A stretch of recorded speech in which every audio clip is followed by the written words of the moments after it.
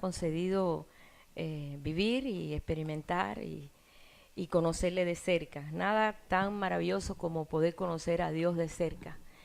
Él es Dios de cerca, pero los hombres lo pusieron lejos. Pero Él es Dios de cerca y hasta inclusive siendo de lejos Él quiere también manifestarse. Y nosotros sabemos que en el tiempo que vivimos, que veíamos a Dios como un Dios lejano, clamábamos a Él sin saber cómo alcanzarle. Pero hoy podemos nosotros tener no solamente eso, sino el consuelo, la fuerza, la fortaleza, la respuesta a tantas preguntas que le hacemos a Dios que nadie nos puede contestar. Pero bueno, pues esta mañana yo quiero compartir sobre este soberano. Él es el soberano. Soberano es alguien que está por encima de todo. No hay nada que esté por encima de él. Y así como se presenta en Apocalipsis, cuando Juan, que pudo experimentar al Señor en todas las dimensiones, en momentos difíciles, en momentos que hacía milagros, en momentos que él estaba en la cruz y le decían, tú que sanas y por qué tú no te bajas de ahí, tú que haces esto y por qué tú no te bajas de ahí. Y tenía que aún sufrir la ignorancia del pueblo, porque sabemos nosotros que el pueblo, bueno, vamos a poner, el pueblo de Dios perece por falta de conocimiento. Y los que le gritaban ahí no eran solo los soldados, eran los judíos que le gritaban, tú que sanas y tú que haces aquello, ¿por qué tú no, médico, cúrate a ti mismo, a ver si tú te puedes curar? Y el Señor tuvo que callar su boca porque él tenía que pasar un proceso que estaba escrito desde antes de la fundación del mundo. El cordero tenía que ser inmolado y él tenía que cumplir eso. Él no podía agradar a todo el mundo. Déjeme decirle, nosotros queremos que el Señor agrade a todo el mundo, pero no es así. Él va a los propósitos, la voluntad de Él es perfecta. Aún inclusive Él no se agradó a sí mismo cuando fue al Padre y le dijo, Señor, si es posible, si hay otra forma, pues pasa de mí esta copa. Y el Señor le dijo, mi voluntad es esa. Y él le dijo, bueno, Señor, yo me uno a tu voluntad. Qué tremendo es negar la voluntad de una y decir la voluntad tuya, Señor, es lo más importante. Y Jesús sabía lo que iba a pasar. Pero aún así, él aceptó la voluntad del Padre. Y muchas veces nosotros no aceptamos la voluntad de Dios porque decimos, no, es que no, Dios es severo, no entiende. El Señor entiende todas las cosas y sabe lo que conviene y lo que no conviene. Y bueno, pues nosotros tenemos que respetar la soberanía de Él. Eso es respetar. Jesús siempre respetó su soberanía y por eso se le llamó el testigo fiel, porque Él realmente representó a Dios aquí en la tierra de una forma como nunca se había visto, que era hacer cosas buenas, perdonar, mostrar el amor, la exhortación, caminar en una integridad, en una verdad. Realmente él fue un testigo fiel en todos los aspectos y se llevó ese título. Ese es uno de los nombres de él, el testigo fiel, porque realmente todo lo que hizo fue lo que el Padre le dijo que hiciera. Y ese es un testigo. ¿Cuántos de nosotros hemos sido testigos, por ejemplo, en un juicio, verdad? Cuando tú sabes algo del asunto, tú eres un buen testigo, porque tú puedes mostrar una verdad de lo que tú viste y tú puedes ser un testigo de peso en un juicio. Pero si tú no sabes nada, tú no puedes ser testigo, porque ¿qué vas a decir? No tienes conciencia, no sabes que, no viste nada, entonces no puedes decir nada. Entonces el Señor, pues, en todo momento, Él se aferró al Padre y Él mostraba lo que el Padre quería y se lo decía a los demás. Ahora nosotros estamos haciendo todo lo que el Señor quiere y se lo estamos mostrando a los demás, pero lo tenemos que hacer primero nosotros. Que eso fue lo que lo destacó a Él, que Él podía ser un testigo fiel porque Él escuchaba al Padre, pero Él exactamente se limitaba solamente a lo que el Padre le decía. El Padre le decía, haz esto, y Él lo hacía, y Él le daba gracia. Porque, Señor, gracias. Cuando vemos que resucitó a Lázaro, Él le dijo, Señor, gracias, yo sé que tú siempre me oyes. Eso fue toda la oración de Jesús. Una oración tan corta y con un milagro tan grande. Y fue una oración tan corta, pero ¿qué lo hizo a él el poder ser tan práctico aún en sus oraciones? La conexión que tenía con el Padre. Cuando hay una conexión tan estrecha, tú no tienes que usar tantas palabras. Yo veo así. Por eso él venía contra los fariseos que le decía, ustedes que hacen largas oraciones para impresionar. Así se lo dijo a los fariseos, porque efectivamente ellos hacían grandes oraciones que no llegaban ni a la nube, no llegaban ni al techo. Pero ellos querían impresionar. Y el Señor es muy simple, muy sencillo. Es tan sencillo como un niño. Vamos a poner así, aunque no es como un niño, pero es así, en esa sencillez, en esa nobleza. Y por esa razón nos ha dejado a nosotros un buen testamento para que nosotros sigamos sus pisadas. Así dice, que sigamos sus pisadas. Así que ese es el ejemplo. Yo quiero que abran ahí la escritura en Apocalipsis. Y vamos a ver el capítulo 1, verso 4. Vamos a leer solamente vamos a ir leyendo unos cuantos versículos, comenzando en el verso 4, donde, bueno, ya sabemos la historia, como Juan se encuentra en ese lugar, lo llevaron deportado, porque, pues, por causa del Evangelio, dice él aquí, por causa del testimonio del Evangelio, me encuentro en este lugar desierto, aquí, a ver qué propósito, pero como en Dios siempre hay propósito, tú puedes decir, bueno, Señor, ¿para qué me llevo a un lugar desierto si yo soy un evangelista? ¿A quién le voy a predicar? ¿Verdad? Él ni siquiera preguntó, bueno, Señor, ¿y ahora yo qué voy a hacer aquí? ¿Qué cosa yo voy a hacer aquí? Porque no sé, no tengo manera de predicarle aquí a nadie. Pero el Señor que tenía un programa preparado. Y en ese programa, pues, Juan ni se lo imaginaba. Lo que iba a ocurrir allí. Son las aventuras que tenemos nosotros en momentos difíciles. Cuando tú estás pasando un momento difícil, sea cualquiera que sea un momento difícil, en este caso era muy difícil porque él era una antorcha allí en medio de los discípulos allí como evangelista llevando, era tremendo Juan. Juan puso todo su corazón como un apóstol en el cual estaba consciente a lo que Dios le había llamado y predicaba. Bueno, lo vemos allí haciendo cuantas cosas en el libro de los Hechos. No se sabe más o menos en qué tiempo. Dicen algunos que ya tendría como unos 80 años, Juan. Eso solamente lo dicen los teólogos y eso, pero bueno, no vamos a entrar en ese detalle. Pero aparentemente ya él llevaba tiempo. Bueno, ya se habían organizado las iglesias de Asia, todas esas iglesias donde eran puros gentiles y también judíos, porque siempre había mezcla ya entre judíos y gentiles que se habían convertido en todas esas 7 iglesias de Asia, en donde el apóstol Pablo había abierto esas iglesias y había dejado pues ahí ancianos y él seguía abriendo iglesias. Ese era el trabajo del apóstol Pablo.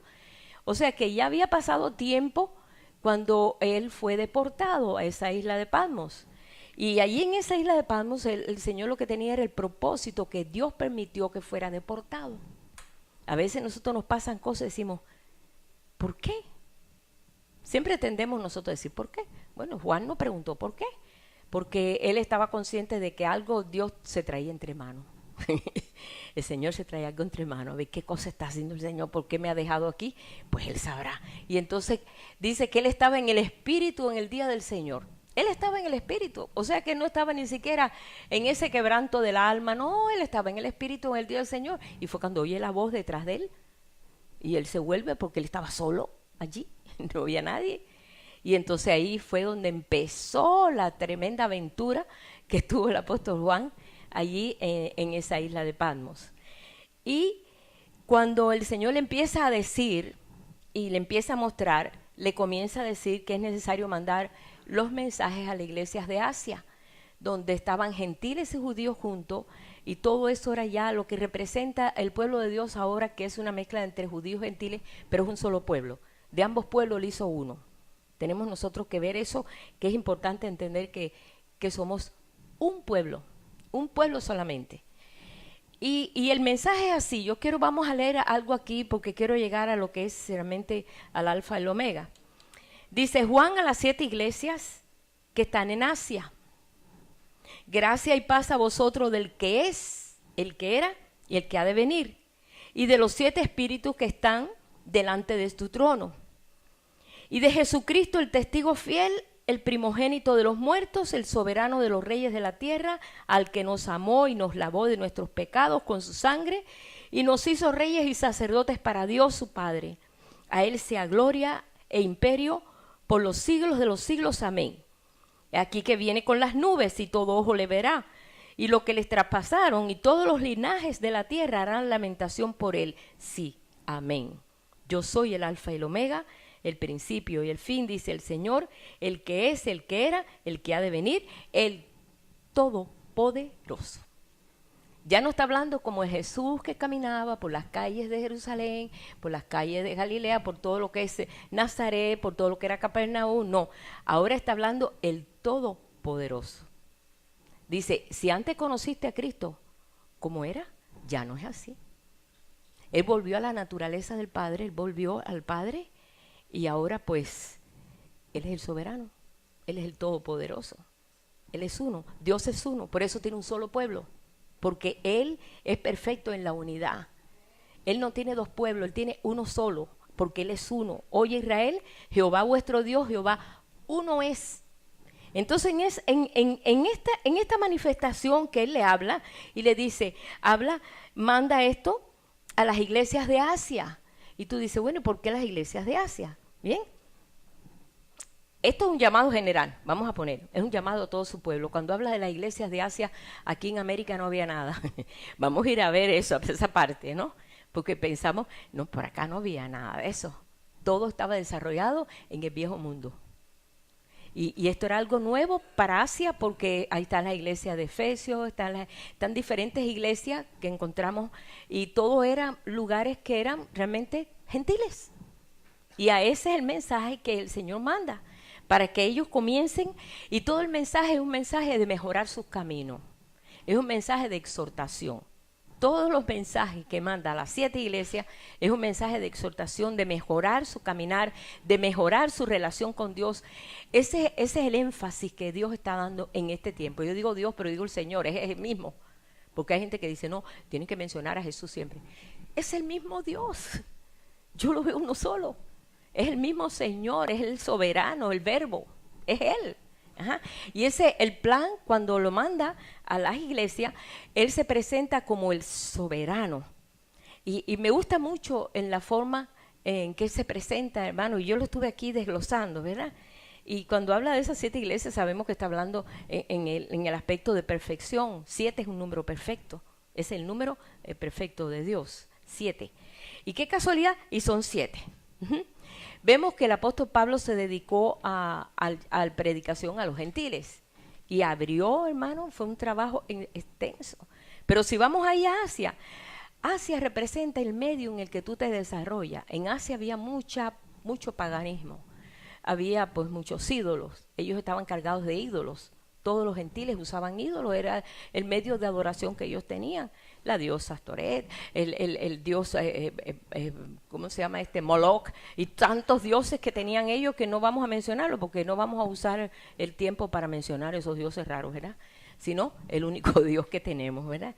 Y dice aquí que allí había mucha incredulidad, que es lo que está pasando con el pueblo de Dios, que todavía no conoce. Mi pueblo perece por falta de conocimiento. Todavía tú compartes algo de una verdad que el Señor te ha mostrado o le hablas al pueblo de Dios en el idioma de Jesús. El idioma que Jesús hablaba era un idioma espiritual. Él hablaba el templo de su cuerpo. Él no hablaba del templo aquí, sino del templo de su cuerpo. Cuando él hablaba, siempre hablaba en esa forma, en esa manera. Hasta inclusive él llegó a decirle, ¿por qué no entendéis mi lenguaje? ¿Por qué no entendéis? Porque no entendía. Cuando él decía, es necesario que coman mi carne y tomen mi sangre, pues ellos no entendían eso. Porque ellos entendían todo, mira, así natural. Entonces no podían entender el idioma de que el Señor les hablaba. Cuando el Señor les mostraba y les decía cosas, ellos se quedaban en blanco. Y mucho pueblo de Dios todavía está en blanco. Porque está representando ese pueblo, esa Asia. Hace mucha incredulidad. Y esas son las cartas que él manda, pero no me voy a enfocar solo en las cartas, sino me voy a enfocar realmente en la personalidad de él, cómo él se presenta para poder enviar un mensaje de peso a unas iglesias que hasta nosotros han llegado, ¿verdad? El mensaje ese. Porque cuando nosotros leemos Apocalipsis decimos, bueno, eso está dedicado y dirigido a la iglesia de Asia y a ellos. No, nosotros representamos ese pueblo, donde quiera que sea, somos parte del pueblo de Dios. Está representado en nosotros también, para que nosotros podamos recibir también ese mensaje. Dice Jesucristo, el testigo fiel. Cuando ellos veían que Jesús hacía cosas que no les cabía en la cabeza, por ejemplo, cuando multiplicó los panes, los peces, eso era algo ilógico. ¿Cómo podía alimentar a 5,000 con un lunch? Era un lonche, porque era el lonche que trajo un niño, un jovencito. Y eso eran cosas que hacía, pero ya él sabía que él podía hacer eso y más, y no solamente él, sino lo podían hacer también los discípulos. Pero ya eso rompía pues pues imposible, hermano, imposible. Ojalá que nosotros, ¿verdad?, pudiéramos hacer eso, pues no tenemos ni que ir al Ichibí ni nada. Pero visto el caso, ellos estaban en un lugar desierto y ahí era necesario pues echar mano a la fe. Y el Señor hizo aquellos milagros que hizo. No solamente ahí, hizo otros milagros también maravillosos que hacía que ellos se quedaran perplejos y diciendo, pero esto tiene que ser el Mesías, tiene que ser el Mesías, porque ¿quién puede haber hecho esto? Y esto lo capacitó, por eso se le llamó el testigo fiel, porque todo eso era ordenado por el Padre. Y eran cosas increíbles. No solamente eso, sino nosotros también tenemos que ser esos testigos. El Señor nos ha llamado a ser testigos fieles también. Digo, bueno, ¿hasta dónde podamos nosotros llegar a alcanzar la medida de Jesús? En ser testigo de lo que Él hace. Así como Jesús veía y hacía lo que el Padre le ordenaba, pues nosotros estamos ahora en la disposición de hacer lo que el Señor ordene. Pero si no lo veo, si yo no estoy mirando realmente qué es lo que el Señor quiere, ¿cómo vamos a hacer? A veces decimos, ¿será la voluntad de Dios? ¿No será la voluntad de Dios? No entiendo, Señor. ¿Sabes cómo podemos nosotros entender eso? A través de la comunión con Él. Que entonces Él nos ordena y Él nos muestra. Es la única forma. Yo no encuentro otra. Ni siquiera como hacían muchos allá en mi tiempo, los religiosos, ¿no? Que decían, Señor, dame una palabra de promesa. Y hacían así. Eso mismo. Y entonces porque no sabían de otra forma cómo lo usaban al azar. No todo el mundo, pero yo lo vi muchas veces. Y entonces hacían así. Pero no pasó como aquel otro que miró y dijo, y fue Judas y se ahorcó. Y dijo, no, esa palabra no es para mí. Y después dijo, déjame volver otra vez. Y abrió otra vez y puso, dice, ve tú y haz lo mismo. Dice, no, eso no es para mí. Dijo, bueno, así a veces, pues, como no sabemos, ¿no? Y hacemos las cosas, nosotros, pues, Señor, será tuyo. Entonces, queremos confirmación. ¿Verdad que queremos confirmación siempre? ¿No pasó eso con Gedeón? Gedeón dijo, bueno, yo voy a poner este vellón. Si amanece mojado, es que Dios quiere. Pues aparecía mojado y dijo, bueno, ahora todavía no estoy seguro. Ahora voy a poner el vellón y todo va a estar mojado menos el vellón. Y eso quiere decir que Dios quiere. Pues así pasó. Dijo, bueno, no me queda otra. No me queda otra, tengo que obedecer. Pero nosotros no tenemos que hacer eso. No tenemos que buscar la forma, ¿no? Sí queremos tener confirmación cuando estamos inseguros. Señor, muéstrame, Padre, si esta es la decisión, o si está mal o está bien. Y entonces estamos viendo a ver de qué forma se nos da una confirmación. Y no es que la conexión esté rota, es que a veces no tenemos esa experiencia de sentir inmediatamente un confort en el corazón de decir, esto es lo que el Señor quiere. Señor, gracias. Y tú sientes una paz. El resultado siempre de la justicia de Dios trae paz. Pero cuando trae inquietud, ojo con eso. Si trae inquietud, ojo con eso. Porque siempre el resultado de su justicia es paz. Y cuando tú tienes paz, tú dices, Señor, yo sé que ahí tú estás obrando. Y ese es así como yo he podido tantear la situación, ¿no? Cuando decimos, Señor, ayúdame a decidir en esto. Y entonces entra una paz y entra un gozo y todo. Has decidido bien. Pero cuando no. Bueno, Esa es mi experiencia, quizás la de los otros. Pero Jesucristo vino a ser un testigo fiel por causa de que Él estaba en conexión con el Padre. Y como estaba en conexión con el Padre, Él hacía lo que el Padre quería. Por eso se le llamó uno, vamos a poner ahí así, hasta un nombre propio. Jesucristo, el testigo fiel, el primogénito de los muertos. Cuando Jesús murió ya había muerto 1 millón de gente, 2 millones, 3 millones, 100 millones, qué sé yo cuánta gente se había muerto. Pero no, la muerte de él fue diferente, porque él resucitó en un cuerpo glorificado. Y esto vamos a entenderlo, porque cuando Lázaro muere y Jesús lo resucita y ya tenía 4 días muerto, él no resucitó con un cuerpo glorificado. Allá en Jerusalén, allá en Betania, cerquita de Jerusalén, está la tumba de Lázaro. Él se murió después. Al cabo de los años, Lázaro se volvió a morir. Y ahí está, la tumba está ahí, está enterrado ahí. Porque no era una resurrección en gloria. No era una resurrección en la cual era un cuerpo glorificado. No, porque cuando Lázaro fue resucitado, que todo el mundo se enteró, porque aquello fue un evento tremendo en Jerusalén, en Betania, en toda esa área. Querían matarlo, querían matar a Lázaro porque era un testigo tremendo de un caso increíble, un hombre ya podrido que haya resucitado y trataban de matarlo, no pudieron matarlo. Pero después, al cabo de los años, Lázaro falleció cuando fue anciano, no sé, y ahí está la tumba. Cuando quieran, busquen por YouTube o algo de eso, ahí pueden encontrar la tumba de Lázaro. Ahí está en Betania. La resurrección de Jesús es la única persona que ha podido resucitar en un cuerpo glorificado, un cuerpo que aparece, desaparece, un cuerpo que puede comer. Ustedes vieron cómo él comió. Que puede hacer lo que podamos hacer, pero es un cuerpo glorioso. Dice, y así como Jesús trajo la resurrección, así también nosotros vamos a resucitar en ese cuerpo glorificado.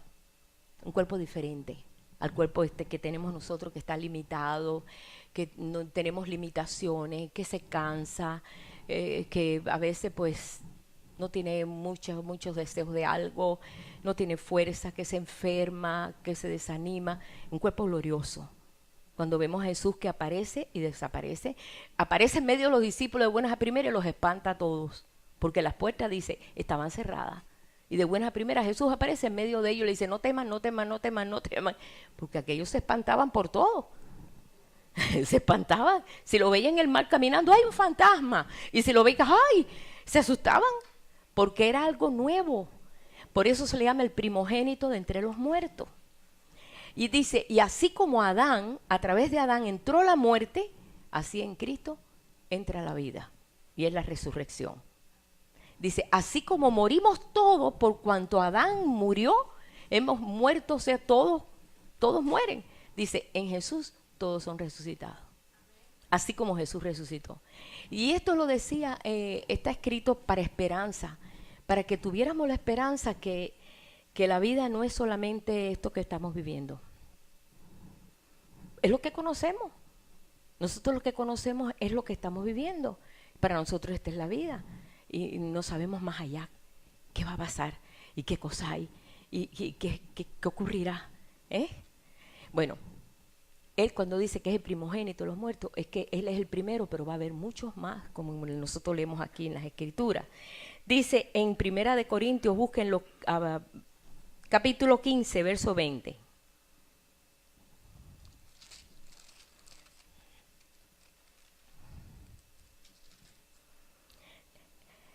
Dice, mas ahora Cristo ha resucitado de los muertos, primicia de los que durmieron es hecho. Porque por cuanto la muerte entró por un hombre, también por un hombre, la resurrección de los muertos. Así como entró la muerte, así entró la vida. De la misma forma que vemos nosotros diariamente la muerte, así vemos la vida. Porque así Jesús lo hizo. Porque así como Adán, todos mueren.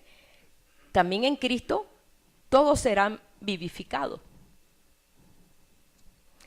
Cuando Marta le dice, Señor, si tú hubieras estado aquí, mi hermano no se muere. Y entonces Jesús que le dijo, Marta, yo soy la resurrección y la vida. Sí, yo sé que el día postrero vamos a resucitar, yo sé eso, yo sé que va, pero mira, se murió. Pero mire, tu amigo, Lázaro, cada vez que Jesús pasaba por Betania, que está como poquitas millas de Jerusalén, él iba ahí, comía, eran amigos. Recuerdan que Marta le servía y todo eso. Ellos esperaban siempre a Jesús que pasara por allí. Y Lázaro eran 3 hermanos. Estaban acostumbrados, tú sabes, a tener una relación, una amistad tremenda. Y de buenas a primeras, Marta no entiende cómo Jesús se ha demorado 4 días sabiendo que ella le mandó el recado y le dijo, por favor, ven que mi hermano está muy enfermo, que se está muriendo. Y Jesús dijo, sí, yo lo sé, pero vamos a esperar que se muera y que se pudra. Sí, porque se pudrió. Ya, hiede. Hasta inclusive el olor se salía por afuera. Porque solamente era una piedra. ¿Eh? Y Marta estaba muy enojada porque Jesús no había respondido al llamado. Y pues yo sé que a Jesús lo estaban buscando para matarlo y todo eso allá en Jerusalén. Y como estaba tan cerca, hasta inclusive Tomás le dijo, pero si te están buscando para matarte, ¿cómo vamos a irnos para allá? Está muy cerca. Y Jesús le dijo, no, es que tengo que ir a despertarlo. Bueno, si se está dormido, ya se va a sanar. No, Lázaro se murió. Le tiene que decir con todas las palabras. Le estoy parafraseando, pero así dice la Escritura. No, Lázaro se murió. Y dice, oh, bueno, está bien, vamos y así nos morimos todos. Así dijo Tomás. Vamos para que todos muramos, porque como lo estaban persiguiendo, qué poco concepto, qué poco entendimiento a veces yo veo que tenían los discípulos. Estaban tan asustados porque andaban buscando a Jesús para matarlo. Y dijeron, aquí nos van a matar a todos, aquí no va a quedar nadie. Pues vamos, no importa, vamos a morir contigo, ahí vamos. Pues cuando llega allí, le estaba esperando tremenda experiencia allí. ¿Qué iban a pensar ellos que el Señor iba a hacer eso? El Señor había resucitado muertos, fresquitos, pero no podridos. Y esto era algo que estaba lejos de la imaginación de los apóstoles y de todo el pueblo allí, ni siquiera de María, que era tan espiritual, ni podía entender eso. Pero el Padre le dijo, resucítalo, resucítalo. Está bien, está podrido, pero lo va a resucitar. Qué tremendo, ¿verdad? Esto no nos cabe en la cabeza, hermano, esto es tremendo. Para la otra semana les voy a poner un video ahí de esto, que está tremendo, del hermano Carman. Lo puse en Facebook porque me impresionó, hasta me hizo llorar. Ojalá, no sé si Irán lo pueda poner, pero no. No, lo tengo en Facebook, es Carman, donde dice Lázaro, ven fuera. Está con subtítulos en español y todo, pero está impresionante. Está impresionante. Tú lo viste, Marta, ¿verdad? Está precioso. Cuando le dice el Señor, pero sabes que yo soy la resurrección, todavía ellos no sabían que Jesús tenía ese plan. Todavía ellos no tenían, aunque estaba escrito, pero ellos no podían. Es como le pasa, hermano, como nos pasa a nosotros también, que vemos una profecía y decimos, pero eso a lo mejor ya se cumplió. No, pero eso sabe Dios para cuándo será, o quizás será para allá. Y siempre nosotros aplicamos las profecías para un futuro o un pasado, pero no un presente. Y Jesús le dice, yo soy, sí, yo lo sé, vamos, sí, va a resucitar el día postrero. Y dice, Marta, yo soy la resurrección y la vida, ¿crees esto? Entonces ella dice, sí, Señor. Y entonces ahí fue, le dijo, bueno, a ver, muéstrame dónde está. Y ahí fue. Y fue aquello corrió como pólvora en todo Jerusalén, en toda Betania, del tremendo milagro que había ocurrido. Lázaro no era cualquier persona, eran gente de posición. Ustedes saben que la gente de posición todo el mundo los conoce. La gente pobre no, pero la gente de posición sí. Y eso fue una cosa tremenda. Ahí descubrieron realmente que el poder de la resurrección era más de lo que ellos podían imaginar. Y después, claro, culminó cuando Jesús resucita, que Jesús estaba destrozado. Dice, lo veréis, como decía Isaías, cuando Isaías da una descripción de lo que se veía en la cruz, era alguien destrozado. Dice, lo veréis y no lo reconoceréis. destrozado y no lo veréis precioso, lo vas a ver ensangrentado completamente, como hasta inclusive vimos en la película, que nos pareció que fue muy exagerado. No, hermano, fue así. Los romanos eran horribles. Caer en las manos de los romanos. ¿No saben la historia de Masada? Cómo los judíos huyeron a un monte, a una montaña que se llama Masada, que está frente al Mar Muerto, y se escondieron de los romanos porque los estaban matando. ¿Y sabe lo que ellos hicieron? Se mataron unos a otros para no caer en manos de los romanos, que era horrible. Ahí se mataron ellos, 900 gente, niños, mujeres, hombres. Ahí estuvimos en ese monte nosotros, impresionante. Y ahí estuvieron ellos fue como 2 años, así, ahí escondidos ahí, para que era la fortaleza de Herodes, era un lugar tremendo. Y ellos no encontraban dónde esconderse, se escondieron allí para no caer de manos de los romanos, porque caer en manos de romanos eso era la gente más mala, más horrible, de la forma que ellos trataban a los prisioneros. Así que en la forma que lo vieron y en la forma que después lo vieron, no podían pensar que era Jesús. Por eso no lo reconocían. Cuando veían a Jesús, no lo reconocían. Cuando lo vieron camino de Emaús, no lo reconocían. No se parecía, era un cuerpo glorificado. Todas las veces que se apareció Jesús se espantaban, porque era algo lejos de la imaginación de ellos. Y nosotros tenemos que familiarizarnos con esta resurrección, porque Él es el primogénito de entre los muertos, el que realmente manifestó esa resurrección y dice, así como yo resucité, vosotros también. Y si hoy en día todavía no han resucitado los hermanos, como son los apóstoles, como son todos aquellos que han muerto por causa, y aquellos que han ido delante de la presencia del Señor, han fallecido, es que se está esperando, como dice en el libro de Hebreos, hasta que aquí se complete lo que Dios quiere, entonces ellos toman cuerpo. Entonces ellos están diciendo, vamos, estamos aquí. Señor, ¿hasta cuándo tú no vengas la sangre de nosotros? Ahí los ve. Dice, están debajo del altar y están diciendo, Señor, ¿hasta cuándo? Y el Señor les dice, espere un poco de tiempo. Y ahí estamos nosotros, a ver si es del Señor o no es del Señor. Cuando tenemos delante de nosotros una meta tremenda, si queremos ver a nuestros amados, vamos a echarle ganas, hermano.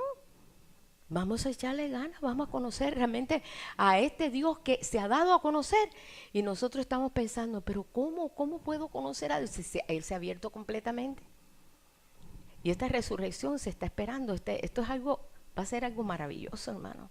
Tremendo, pero se tiene que completar aquí el número de los consiervos. Dice, esperen hasta que se complete el número de los consiervos. Esperen, cálmense. Ahí lo leemos en Apocalipsis. No le voy a entrar en eso también porque ya eso ya entró en otra cosa, ¿no?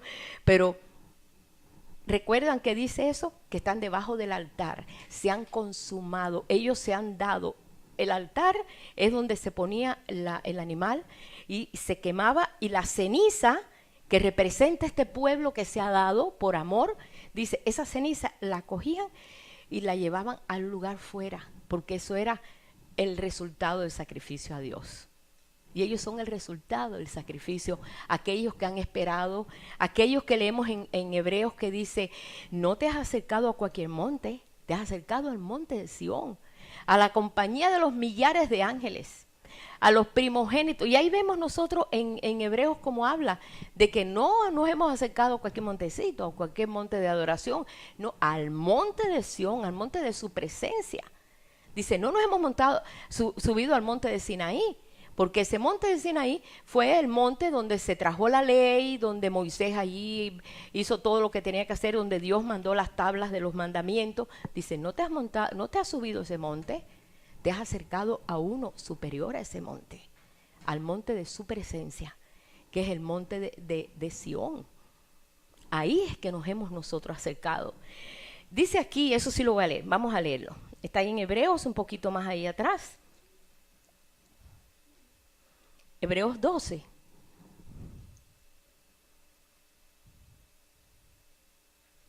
Verso 18.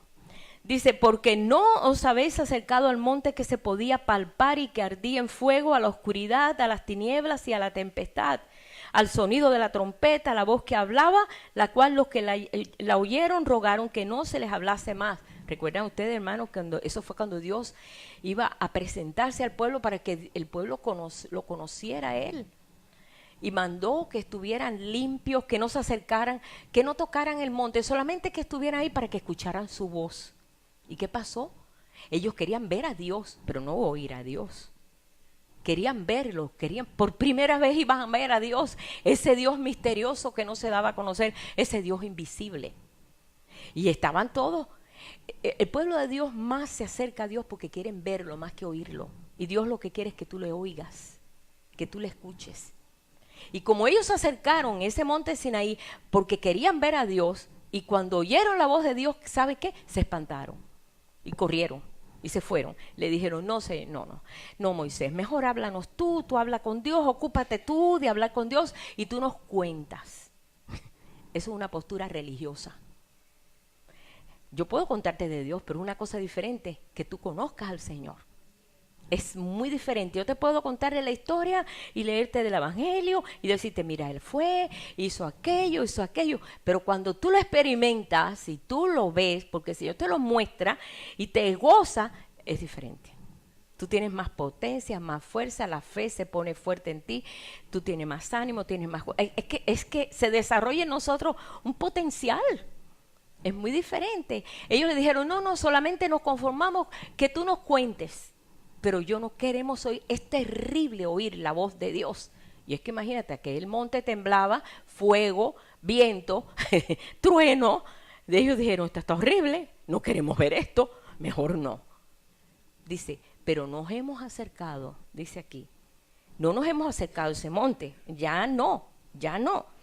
Dice, porque no podían soportar lo que se ordenaba, y aun si a una bestia tocara el monte sería apedreada o pasada con dardo.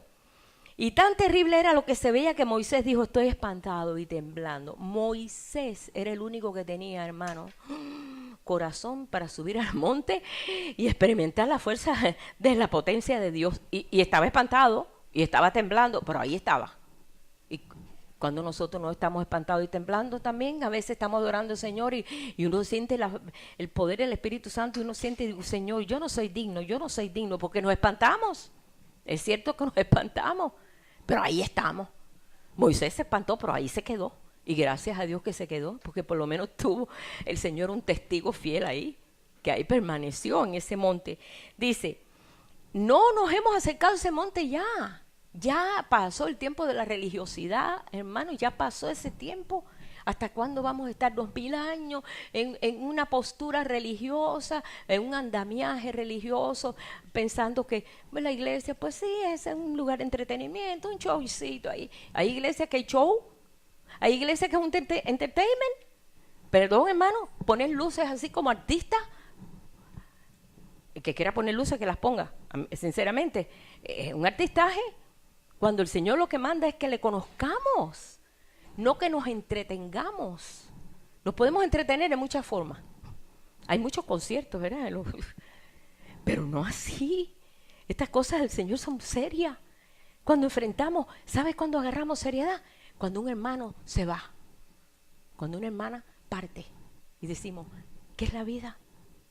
¿Qué es la vida, Señor? ¿Es esto? Tiene que haber un significado más de la vida. Y es la vida que Él nos ha dado para que nosotros podamos desarrollar en la comunicación. Tenemos en nosotros el potencial, hermanos, de que podemos hacer conexión con Dios. Eso no lo tienen ni siquiera ni los animales, pero nosotros lo tenemos porque somos la creación que Dios preparó para poder conectar con Él a la imagen y semejanza. Entonces todavía a veces eso no nos cae o no lo entendemos, la verdad, o nos consideramos, no, yo no soy digno porque yo soy pecador y todavía andamos jugando en los pecados. Bueno, vamos a ver al monte que nos hemos acercado. Ese es el monte que ahora nosotros nos hemos acercado. Dice, sino que os habéis acercado al monte de Sión, a la ciudad del Dios vivo. Dios es Dios de vivo, Dios no es Dios de muertos. Abner no está muerto, está vivo. los hermanos, mi hermano Ábrego está vivo, mi hermano Armín está vivo, mi hermana Evita está viva. Yo tuve una vez una visión aquí que nunca jamás se me olvidará, porque yo no soy de tantas visiones, la verdad. Tengo algunos sueños, pero esa visión me dejó en shock, porque yo vi al hermano Armín adorando al Señor y era un monte, pero no era un monte, era gente, la gente formaba el monte. Yo no que me paniqué, pero me quedé en shock. Yo no quería ni que pararan de adorar. Y cómo decirle a la gente, no pare, porque el monte se está acercando. Y estábamos adorando y vi un monte muy alto y el monte se acercaba, y cuando se acercaba eran caritas de muchos y miles y miles. Y yo vi ahí, me acuerdo que estábamos todos muy compungidos, y cuando yo lo vi ahí con un gozo, yo dije, ¡ah! Yo me quedé toda, tú sabes, hermano, porque yo no, eso ni pensar yo tener una visión así. Y fue tan, cuando empezó la adoración a parar, el monte se fue yendo. Y yo quería seguir, no, sigan, que yo quiero ver más. ¿Y sabes qué? El monte se fue, terminó la adoración y el monte se me disipó, pero ya tomé una conciencia diferente. ¿Estamos tristes? Pues sí. ¿Quién no está triste? ¿No decía el apóstol Pablo, quién enferma y yo no enfermo? Pues sí. Pero ¿cómo podemos nosotros entender esto cuando nos hemos acercado al monte de Sión? Que entonces nosotros vemos que hay una compañía de gente allí tan grande que están en una comunión tan perfecta. Dice, a la ciudad del Dios vivo. Cuando habla del Dios vivo, recuerdan que decía el Dios de Abraham, de Isaac y de Jacob. El Dios de Abraham, de Isaac y de Jacob. Bueno, si vamos a pensar en una postura religiosa, podemos decir, bueno, él era el Dios de Abraham, él era el Dios de Isaac y era el Dios de Jacob. No. Siempre la forma en que ellos expresaban era una forma del Dios vivo. El Dios de Isaac, el Dios de Abraham, de Isaac y de Jacob. O sea, que seguía siendo el Dios de ellos, como si nunca se hubiera muerto. Así, hermano, ese era el pensamiento de ellos, como el pensamiento de David también. O sea, bueno, hay tantas cosas que uno quiere decir, bueno. Dice, a la ciudad del Dios vivo, Jerusalén la celestial, a la compañía de muchos millares de ángeles nos hemos acercado, como Pablo está hablando de los ángeles, como a veces ni nos damos cuenta que los ángeles nos rodean, porque están mirando la creación de Dios, imagen y semejanza. Somos a su imagen y semejanza y estamos siendo llamados a perfeccionar esa imagen, esa semejanza, porque muchos los han desvirtuado y no se parecen. Pero el Señor nos ha dado a nosotros licencia, vamos a hablar así para que ustedes lo entiendan, de alcanzar eso. Y este es el pueblo de este tiempo que lo tiene. Dice, a la congregación de los primogénitos que están inscritos en los cielos, a Dios, el juez de todos, a los espíritus de los justos hechos perfectos. Ahí están mis hermanos. Ellos entienden todo ya. Ya no hay barrera. Ya entienden, ya no entiendo todo esto. Qué tremendo, hermano. Dice, a Jesús, el mediador del nuevo pacto, y a la sangre rociada que habla mejor que la de Abel. Mirad que no desechéis al que habla, porque si no escaparon aquellos que desecharon al que los amonestaba en la tierra, mucho menos nosotros si desecháremos al que nos amonesta desde los cielos. La voz del cual reconmovió entonces la tierra, pero ahora ha prometido diciendo, aún una vez, y conmoveré no solamente la tierra, sino también el cielo. Si aquella vez fue tanto la manifestación que los aterró, hermano, esta manifestación tiene que ser gloriosa. Está llena de esperanza, no está llena de desolación y que esto es el fin y ahora qué vamos a hacer y que esto es el fin del mundo. No, hay una esperanza. Dice, la esperanza que nosotros tenemos es una esperanza, ¿sabes qué? Viva. La esperanza viva es una esperanza que no muere, porque mucha gente dice, ay, no, qué esperanza, no hay esperanza. La esperanza viva no muere nunca. Y esa es la esperanza que nosotros tenemos en Cristo, ¿verdad? Dice, volvemos otra vez a Apocalipsis aquí. Vamos a ver nada más que dice, el soberano de los reyes de la tierra. Estoy hablando de Apocalipsis capítulo 1, verso 5. Está hablando, para poder Jesús dar el mensaje que va a dar en Apocalipsis, tiene que mostrar su soberanía. Aquí estoy yo, el soberano, el primogénito entre los muertos, y comienza a decir el testigo fiel, y entonces que empieza a generar ahí un llamado a las 7 iglesias de que mejoren sus caminos. Pero primero él tiene que presentar su carácter. ¿Quién es él? Porque a nombre de quién yo voy a ver un cambio. El soberano. Y me gustó mucho cuando los discípulos entendieron esto. Los discípulos en la primera etapa del libro de los Hechos, ustedes van a ver que fueron perseguidos, iban para acá, iban para allá, los perseguían aquí, pasaban, fueron presos. Vemos en la historia cómo cayó preso Jacobo y Pedro. Cayó preso Jacobo y Herodes, para congraciarse con los judíos, lo pasó por espada. Jacobo, el hermano de Juan, que fue uno de los que estuvo en el monte de la transfiguración. Fue una pérdida enorme para la iglesia. Allí estaban orando, pero lo pasaron por espada y lo mataron. ¿Cómo se sentirían los hermanos? ¿Pero qué? ¿El Señor no oyó mi oración? Había un propósito. Ellos dijeron, bueno, Juan, hemos perdido un apóstol. Qué tristeza haber perdido a Jacobo. Jacobo tenía un testimonio increíble. Él vio ahí, él era de los 3 que siempre el Señor escogía para mostrarle cosas sublimes, ¿verdad? Cuando resucitó a la hija de Jairo, cuando subió al monte de la transfiguración, Jacobo, Pedro y Juan. Y ahora pasan por espada Herodes a Jacobo para congraciarse con los judíos. Toma preso a Pedro. Pedro va a pasar la misma cosa.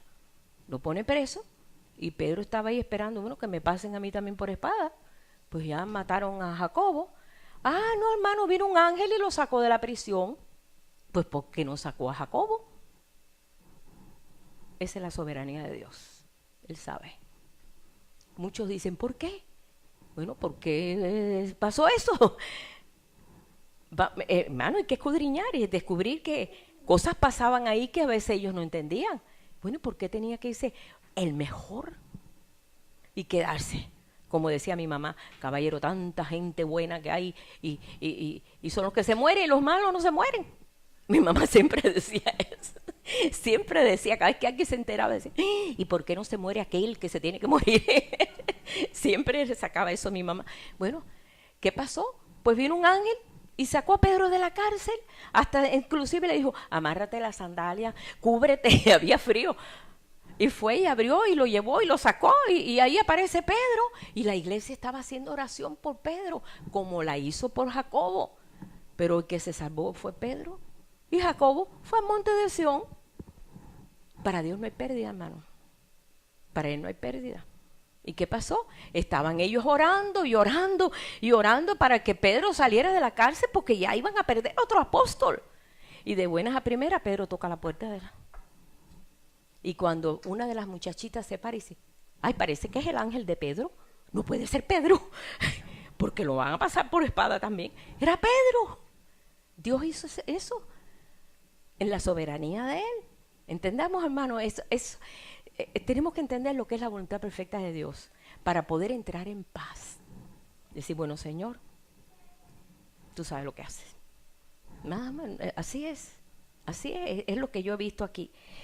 Entonces quiero que leamos en Hechos 4, el verso 18, para que ustedes vean cómo ellos oraban delante de una situación crítica. Porque ellos estaban comenzando con la iglesia, ellos estaban abriendo brecha, comenzando el mensaje, el reino. Jesús les dijo, id por toda la tierra y llevad este evangelio a toda criatura, etcétera, etcétera. Bueno, y todo eso. Entonces ellos tenían la responsabilidad de que ellos tenían que permanecer con la visión y no perder la visión. Porque ellos iban a ser los pioneros, los que iban a empezar la obra. Y de buenas a primeras, cuando cogen preso ahí a Pedro, vamos a ver aquí un poquitico. A ver, el capítulo 4, verso 18.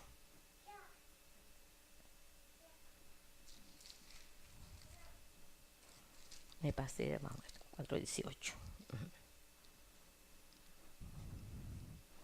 ellos sí habían hecho pues habían sanado por el Señor, aquel hombre, aquel cojo.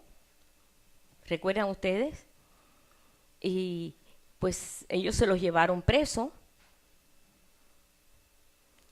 y les intimaron, en el verso 18 dice, y llamándoles, les intimaron que en ninguna manera hablasen ni enseñasen el nombre de Jesús. ¿Quién? Pues, lo que es allí, los que le tenían preso. Les intimaron, les metieron miedo que no se vayan a atrever porque los vamos a matar igual que matamos a Jacobo. O sea que vamos a tener esta situación. Bueno, todavía Jacobo cuando eso no había muerto todavía, pero las intimaron.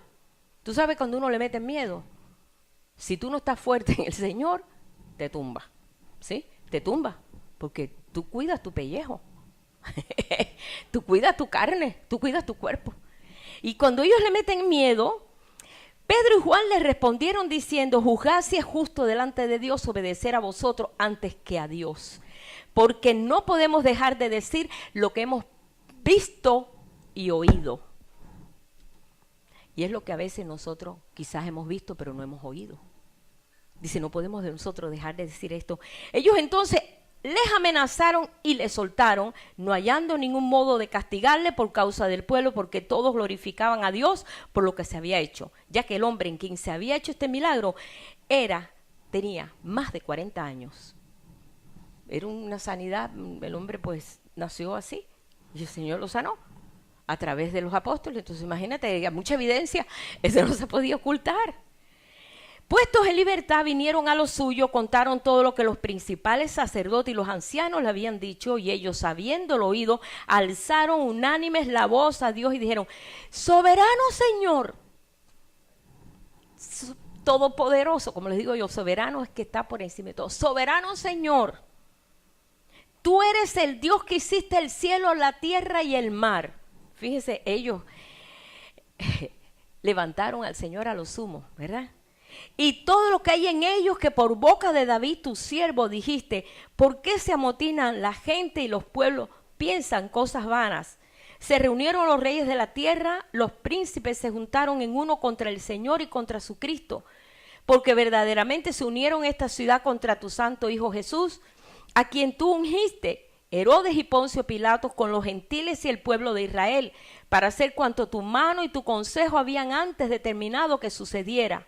Y ahora, Señor, mira sus amenazas y concede a tu siervo que con todo de nuevo hablen tu palabra. Fíjense que la oración no es, Señor, deténlos. Reprendo toda... No, porque nosotros enseguida reprendemos. Está bien, se puede reprender. Ellos dijeron, danos, Señor, la fuerza para continuar. Mira la posición de ellos, pero déjanos a nosotros sin parar este mensaje. Fíjate que la posición es muy diferente. Nosotros hubiéramos dicho, yo reprendo toda persecución en nombre de Jesús, ¡fuera! No está mal. Si eso te lleva a ser el Señor, hazlo. Eso no te quita. Pero vean la forma en que ellos están orando en el poder del Espíritu. Mientras, Señor, extiende tu mano para que se hagan sanidades y señales y prodigios mediante el nombre de tu santo Hijo Jesús. O sea, Señor, y ya no sanes a más nadie, porque mira qué lío nos has metido. Sí, porque fue que sanaron a un hombre que era cojo de nacimiento. Entonces ellos le dicen, y mientras, Señor, sigue haciendo lo que estás haciendo, no pares lo que estás haciendo, sigue haciendo señales y maravillas, y ahí nosotros delante, pero solamente que no perdamos nosotros el deseo, la fuerza, que no tengamos miedo, que nada nos detenga, ¿no? Dice, cuando hubieron orado, el lugar en que estaban congregados tembló.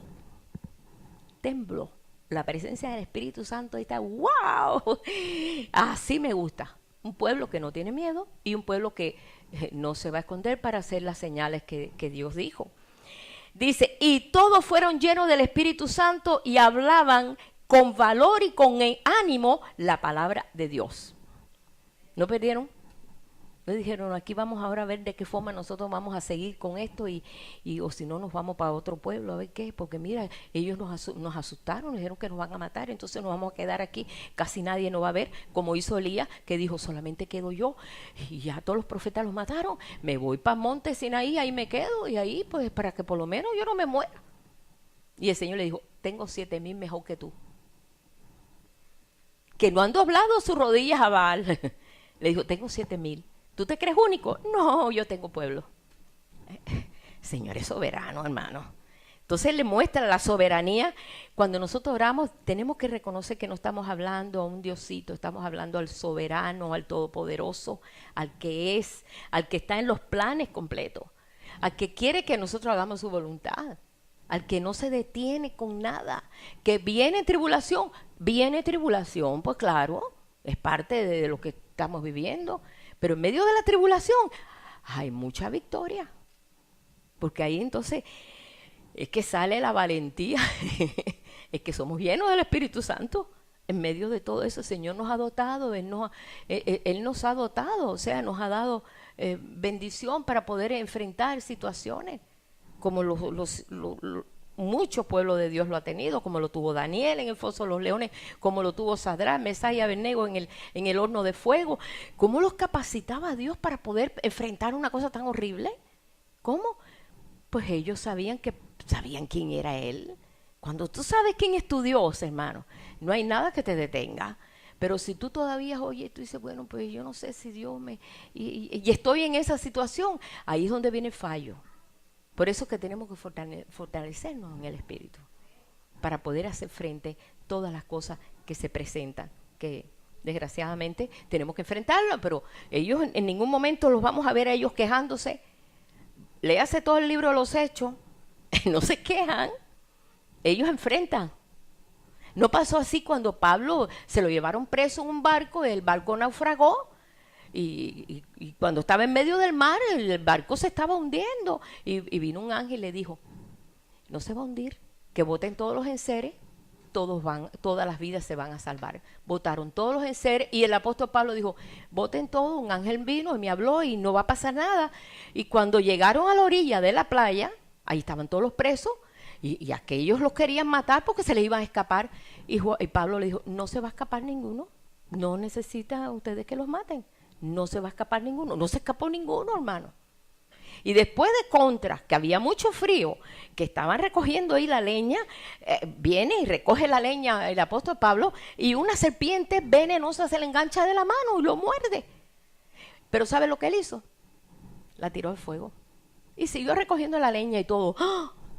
Este hombre tiene que ser santo, porque eso no se muere. Y ya quería hasta adorarlo. ¿Por qué? Porque él vencía todas las cosas, pero sabía el potencial que había en él. Yo digo, yo admiro a ese hermano Pablo. Él fue malo con el pueblo de Dios, hasta que se topó con la realidad de la presencia de Dios. Y ahí el Señor lo capacitó, que él pudo enfrentar. Este hombre fue apedreado y no se murió. ¿Cómo lo apedrearon y no se murió? No. Y se levantó y siguió predicando. Nadie se salvaba de esa sentencia de ser lapidado. Nadie. Todos se morían cuando 3 pedrucos que le metían los mataban. Él no. Y no es que él era un ser sobrenatural, no, era como nosotros. Nada más que en el temperamento, la fuerza que tenía del Espíritu en él, lo capacitaba a vencer todo eso. Ahora, ustedes ven, ese mismo espíritu lo tenemos nosotros. Pero a veces el medio ambiente nos debilita, ¿verdad? Nos entretiene, nos debilita, esto, perdemos fuerza. La desconexión. No es que estemos desconectados con el Señor, sino que se nos olvida, es como le decía el Señor a Marta, Marta, afanada estás con las muchas cosas. Está bien, pero no dejes de hacer esto. Pero tu hermana María escogió la mejor parte. Ella estaba afanada porque Jesús, para poder atender a Jesús. A veces vemos lugares que hacen muchas obras para Jesús. Hermano, el Señor no quiere que hagas tantas cosas, sino que te comuniques con Él. Es lo más importante. Muchos no, tú tienes que trabajar para el Señor. Yo, yo me pasaba repartiendo tratados por ahí, por todo el barrio, hasta que un día me salió la policía y, ay no, ahí sí que no. Pues cogí miedo cuando me dijo la policía, espérate que eso no se puede hacer. Patita, ¿para qué te quiero? A correr. Yo no hice como el apóstol Pablo, yo salí corriendo. Porque me asusté, yo dije, aquí caigo presa, me matan, o sabe Dios qué. Yo supe lo que era tener que huir porque ya te iban a coger presa, a mí, a mi primo, que andábamos evangelizando toda La Habana. Pero no había fuerza del espíritu para enfrentar eso. Pero esta gente, wow, qué tremendo. Bueno, ya vamos a terminar aquí. El soberano de los reyes de la tierra, al que nos amó y nos lavó de nuestros pecados con su sangre. Siempre el mensaje de amor va a hablar siempre de la sangre de Cristo. Él nos lavó, hermano. No digas, ay, no, pues yo no creo que a mí, pues yo he perdido eso. No, el Señor te lavó con su sangre. Eres nueva criatura. Comienza a caminar en esa nueva criatura. Es como vas a poder vencer. Si sigues caminando en el hombre viejo, te digo, hermano, no hay fuerza. El hombre viejo, como dice aquí la escritura, viejo es. Cuando uno está viejo le duele todo. Y si algo no te duele es porque ya no funciona. No, es verdad, Dora. Pues sí. El hombre viejo, eso es lo que produce, no produce nada bueno. Y el Señor nos manda. Mire, esta cosa se me corrió todo para acá. Ya hasta me enredé aquí. Me pusieron nerviosa, déjame ver ahí. Es el hombre viejo, hermano. Ok, se me enredó la cosa. Bueno, dice, y nos hizo reyes y sacerdotes para Dios su Padre. Este es el plan que Dios tiene, hacernos reyes y sacerdotes. Y nos hizo, queriendo decir ya estamos hechos, no vamos a hacer, ya estamos hechos. ¿Por qué reyes? Dice que este pueblo, si es vencedor, en la última iglesia que habla, la iglesia de la Odisea, dice, se sentará a regir las naciones. ¡Wow! Esa es una postura de rey. ¿Qué hace el rey? Regir las naciones. Reyes y sacerdotes, ¿qué hace? Gobierna con autoridad. Mira a qué posición el Señor nos ha estado llevando. Increíble. Y nos hizo reyes y sacerdotes. ¿Y qué cosa es sacerdote?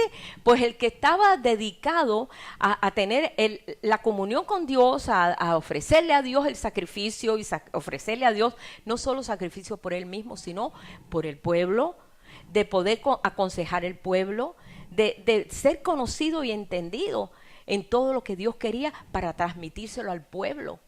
¡Wow! Entonces nos hizo reyes y sacerdotes para Dios. Es un llamado, es una profesión, hermano. Y esto es para todos, hermano. Esto es para todos. Qué hermoso que uno pueda dar un consejo, que pueda darle a la persona ánimo cuando el Señor Él dice, ni te preocupes que yo voy a poner la palabra en tu boca. Y a veces hemos dado un consejo y es el Espíritu de Dios que está hablando. Hasta nosotros decimos, ay, wow, nunca me había dado cuenta de eso. Que nos sorprendimos nosotros, ¿verdad? Porque el Espíritu de Dios está hablando a través de ti. Ese es el ministerio sacerdotal. Y lo tenemos todos. Bueno, los que lo quieran.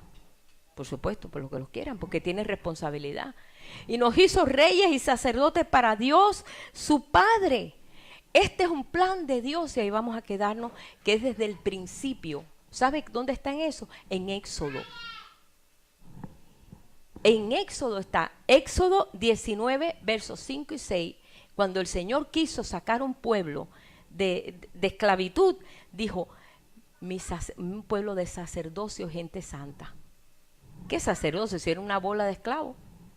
Ni conocían bien a Dios, conocían a Dios de lo que realmente vino a través de las generaciones y generaciones, pero no tenían un conocimiento tan completo de así como hoy en día que tenemos todo esto, las profecías, tenemos tanto, hermano, que podamos desarrollar hoy. Vamos a leer ahí Éxodo 19, 5 y 6. Y vamos a terminar ahí. Vamos a terminar aquí, hermano. Ahora pues, si diereis oído a mi voz y guardareis mi pacto, vosotros seréis mi especial tesoro sobre todos los pueblos, porque mía es toda la tierra. Y vosotros me seréis un reino de sacerdotes y gente santa. Estas son las palabras que dirás a los hijos de Israel. Mira, el plan de Dios desde cuándo. Y todavía en Apocalipsis, todavía nos está diciendo que nos hizo reyes y sacerdotes para Dios. Yo creo que eso es para uno meditar y decir, bueno, Señor, yo no estoy actuando ni como rey ni como sacerdote. Pero bueno, si tú dices eso, yo quiero. Dios no hace nada si nosotros le decimos a Él, yo quiero.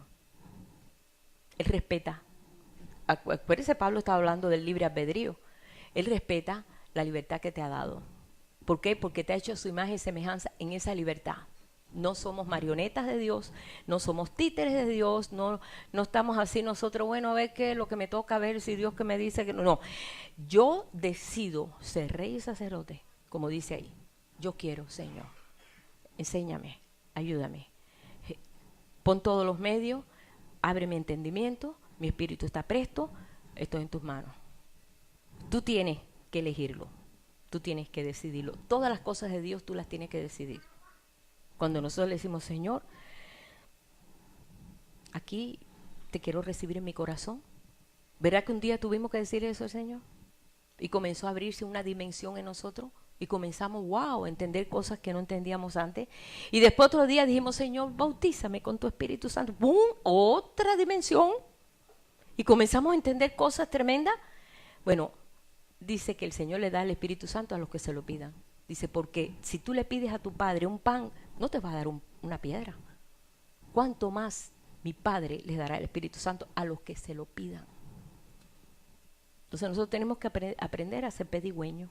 Pero no pedigüeño a la forma de nosotros, sino decir, Señor, yo quiero eso, yo lo quiero. Hermano, tenemos muchos ejemplos. Jacob dijo, yo quiero la promesa que mi abuelo Abraham dio.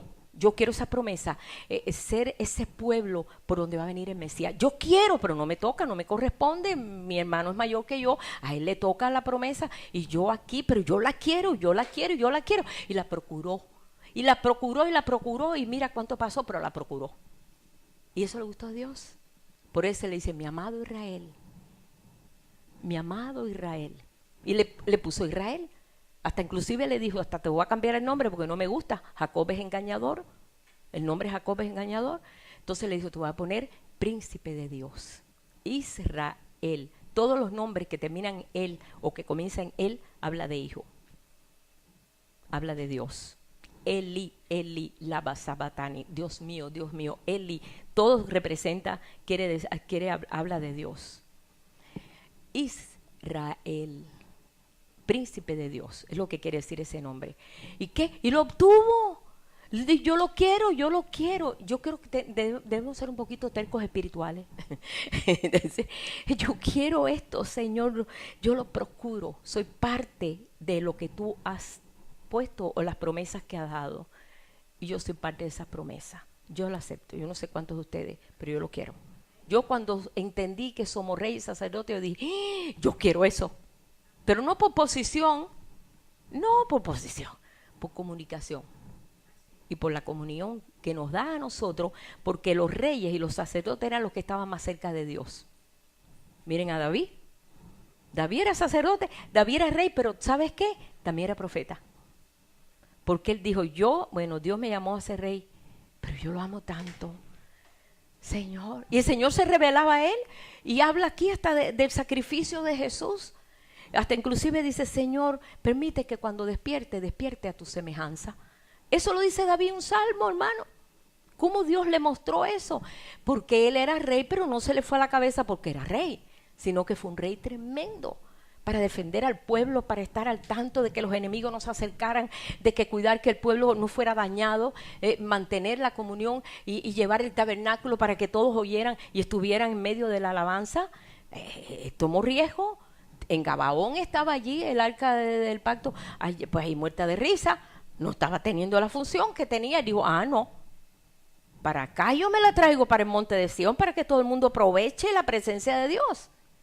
Y él la llevó a riesgo de que hasta se murió uno cuando estaban llevando el arca, que fue este muchacho que aguantó el arca porque se iba a caer y ahí lo fulminó.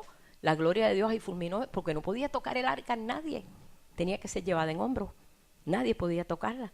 Y es que el arca estaba en su casa, años viendo el arca ahí en la sala de su casa y muerta de risa, que era para él tocarla. Pero no, Dios no permitió eso y mostró la seriedad que lleva la presencia de Dios. Y eso David lo hizo, porque David también tenía un corazón sacerdotal, de profeta y de rey. Sí se puede ser rey y sacerdote, sí se puede. David fue, y siendo guerrero y siendo cuánta cosa, y fue. ¿Cuánto más, verdad, que nos ha tocado a nosotros vivir el tiempo mejor? Este es el tiempo, siempre se los digo y los voy a cansar de decírselo.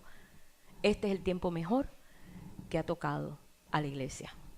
El tiempo de la manifestación de los hijos de Dios. Este es el mejor tiempo, hermano. No busques otro mejor. Este es el mejor, aprovéchalo.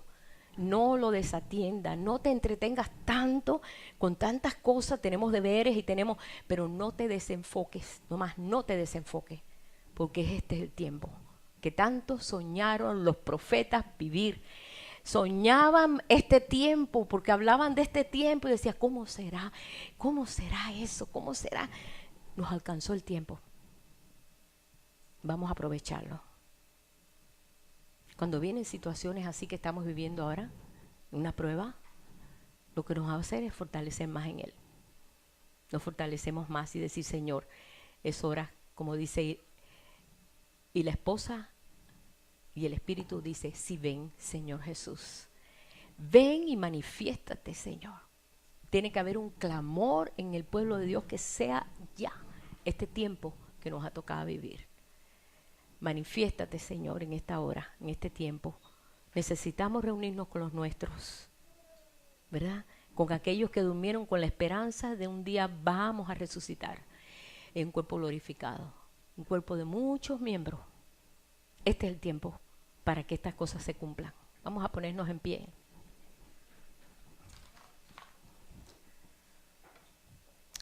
Ay, Padre, cuántas cosas te pudiéramos pedir y cuántas cosas para darte gracias a ti, Señor. Pero sobre todas las cosas, Señor, estamos conscientes, Señor, que estamos viviendo el mejor tiempo. Tú dijiste, Señor, que la gloria de la casa postrera sería aún mayor que la primera. Y mira que la primera tuvo gloria, Señor, que fue algo que todos los pueblos se sorprendía de la maravilla que se había levantado, Señor, allí en ese monte Moriah, donde se edificó ese templo, Señor. Pero eso no es nada comparable con lo que tú estás haciendo ahora. Un templo, un cuerpo de muchos miembros. Un cuerpo que sabe que tú eres el Dios de vivos. Un pueblo que camina, Señor. Un pueblo que no se detiene. Un pueblo que realmente conoce, Señor, que el tiempo ha llegado y que este es el tiempo. El tiempo de manifestar todas las cosas, de vernos en ese monte de Sión, con nuestros amados, con tantos ángeles, Señor, con aquellos primogénitos, Señor, aquellos ancianos, todo lo que nosotros vemos en Apocalipsis que vio Juan. Juan vio todo eso, Señor, porque ya todo está. Pero ahora es el tiempo. Todo ya está. Tú lo dijiste, consumado es. Cuando tú dices consumado es que todo ya se planeó y se cumplió y solamente ahora es el resultado del cumplimiento. Y nosotros estamos aquí en este proyecto, Señor. Creación tuya somos, Padre. Reconocemos, Señor, el señorío tuyo como soberano de los reyes de la tierra. Eres el soberano, el poderoso, el que todo lo puede, el que nos puede dar fuerza, capacidad para todo, Señor. Pero tenemos que enfocarnos. Ayúdanos, Padre, a que ni aún la tristeza, ni las pruebas, ni aún el entretenimiento, ni aún las cosas, Señor, nos desenfoquen de lo que realmente tú tienes planeado, Señor, para cada uno. Yo te pido, Padre, que tú trabajes con cada uno de nosotros. Y yo te pido también que nos des esa fuerza, como ellos te pidieron a ti, Señor, que con todo de nuevo nosotros permanezcamos, Señor, en esta realidad tuya, Señor. Ayúdanos, Padre, en esta hora, Señor. Levanta tu nombre en medio nuestro, Señor. Que nosotros no solamente querramos verte, sino escucharte y aprender, Señor, y conocer tu voz, como Juan lo oyó y como Juan reconoció esa voz detrás de él, porque esa voz estaba en él ya, y pudo reconocer esa voz y saber que eras tú el que estaba hablando, Señor. Yo te doy gracias, Padre, en esta mañana, y yo bendigo, Señor, y mandamos esta palabra y ponemos esta palabra de fortaleza a todos mis hermanos, Señor, los que están lejos, aquí los que están cerca, y aquellos, Señor, que no podemos ver o alcanzar, Señor, porque no tenemos forma de ir donde están ellos, pero ellos escuchan y están sabiendo lo que está pasando, Padre. Que la fuerza tuya, de tu Espíritu, Señor, nos responsabilice a todos nosotros. Nosotros nos ponemos en tus manos, Señor, y te damos gracias, Padre, en esta hora que podemos nosotros tener ánimo de alabarte, de adorarte, de engrandecer tu nombre, Señor, de ponerte en alto, cosas que hasta los ángeles hubieran querido hacer ellos, Señor, pero ellos están solamente limitados a lo que tú, Señor, les mandas hacer. Pero nosotros podemos decidir. Y eso es lo que te honra a ti, que este pueblo decide por ti, Señor. Te damos gracias, Padre, te bendecimos, Señor, en el nombre de Jesús. Amén.